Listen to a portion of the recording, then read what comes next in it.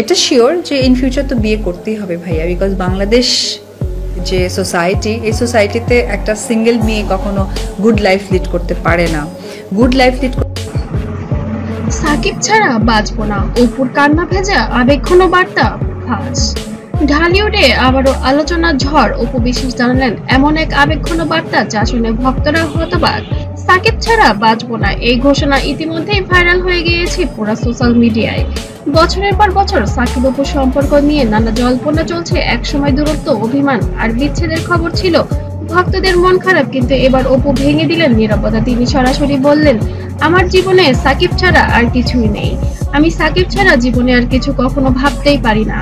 লাইভে কান্না ভেজা কণ্ঠে সাকিব আর আমরা একটা পারিবারিক সম্পর্কে আছি, সুতরাং পারিবারিক সম্পর্ক ব্যাপারটা এক্সপ্লেন করতে গেলে আমার ব্যক্তি জীবনের কথাটাই চলে আসলো। তো একটু আগে যেটা আমি বললেন, আমি যতই শক্ত হওয়ার চেষ্টা করি না কেন, সাকিব ছাড়া আমার দিনগুলো অসম্পূর্ণ। ভক্তরা আমাকে অনেক ভালোবাসা দিয়েছে, কিন্তু আমার জীবনের আসল ভালোবাসা সাকিব খান। এই কথা বলার সাথে সাথেই চোখের জল লুকাতে পারেননি তিনি। অপুর এই আবেগঘন স্বীকারোক্তির পর সোশ্যাল মিডিয়ায় তোলপাড় শুরু হয়েছে। কেউ বলেছেন একটা ভালোবাসার জয়, কেউ আবার প্রশ্ন তুলেছেন তাহলে কি নতুন করে শুরু হতে যাচ্ছে সাকিব অপুর সংসার।